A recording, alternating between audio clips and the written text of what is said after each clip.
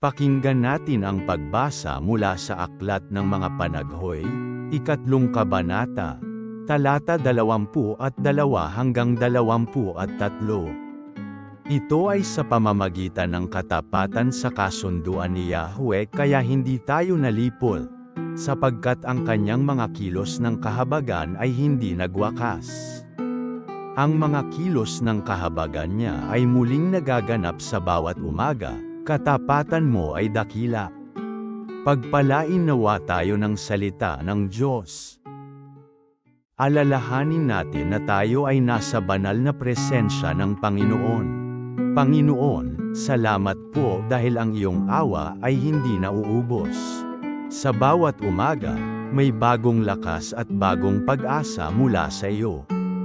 Kapag kami ay nadadapa o napapagod, paalalahanan mo kami na hindi pa tapos ang iyong gawain sa aming buhay. Turuan mo kaming magsimulang muli, araw-araw na may pasasalamat at pagtitiwala. Ito ang aming dalangin sa ngalan ni Jesus, aming Panginoon. Amen. Pakinggan natin ang pagbasa mula sa Aklat ng Awit, 4 kabanata. Talata 3. Siya ang naglagay sa aking mga bibig ng bagong awit, papuri sa ating Diyos. Marami ang makakaalam nito at pararangalan siya at magtitiwala kay Yahweh. Pagpalain nawa tayo ng salita ng Diyos. Alalahanin natin na tayo ay nasa banal na presensya ng Panginoon. Panginoon, salamat po dahil kaya mong palitan ang aming mga luha ng bagong pag-asa. Kapag ang nakaraan ay puno ng sakit o kabiguan, ikaw ang nagbibigay ng bagong dahilan upang umasa. Itanim mo sa aming puso ang kagalakang nagmumula sa iyo at tulungan mo kaming magtiwala na may magandang patutunguhan ang aming bagong simula. Ito ang aming dalangin sa ngalan ni Jesus, aming Panginoon. Amen.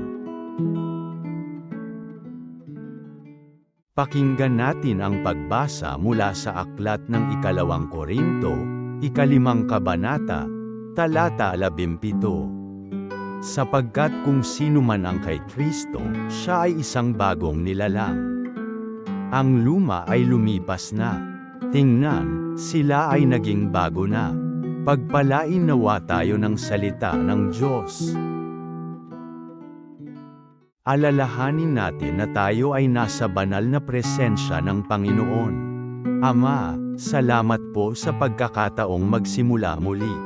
Habang hinaharap namin ang panibagong taon, iniiwan namin sa iyo ang mga pagkukulang, pagkakamali, at bigat ng nakaraan.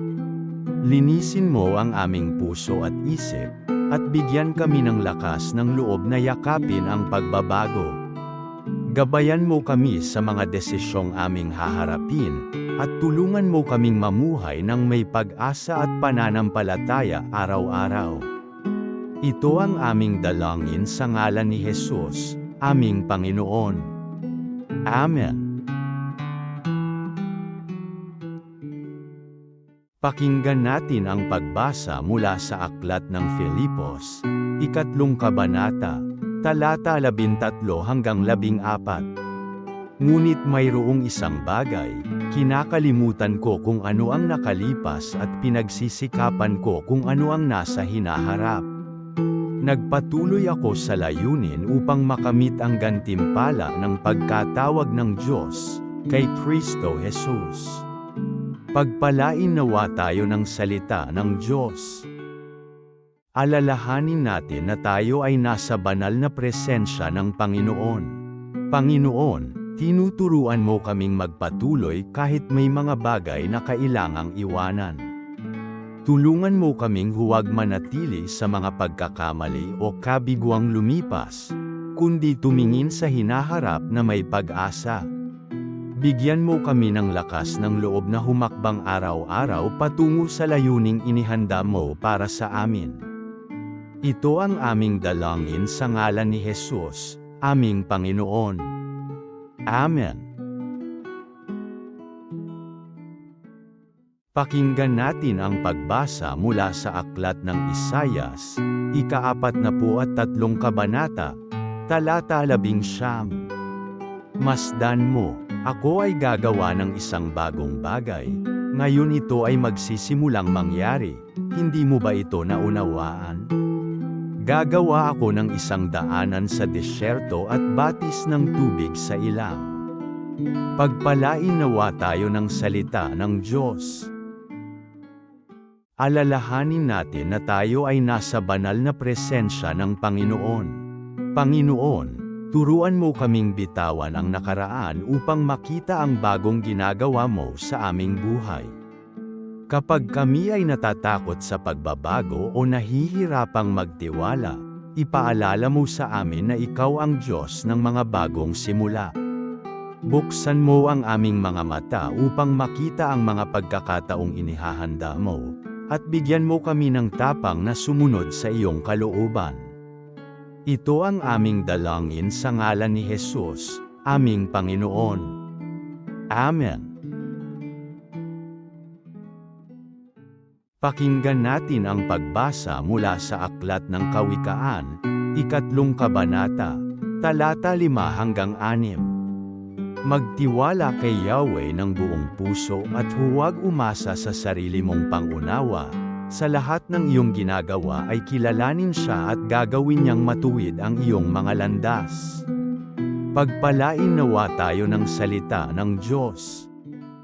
Alalahanin natin na tayo ay nasa banal na presensya ng Panginoon. Ama, itinuturo mo sa amin na ang bagong simula ay nag-uumpisa sa pagtitiwala sa iyo. Kapag kami ay nalilito o nangangamba sa hinaharap, tulungan mo kaming huwag umasa lamang sa aming sariling pangunawa. Ipinagkakatiwala namin sa iyo ang aming mga plano, pangarap, at desisyon. Naway akayin mo kami sa landas na nagbibigay buhay. Ito ang aming dalangin sa ngalan ni Jesus, aming Panginoon. Amen.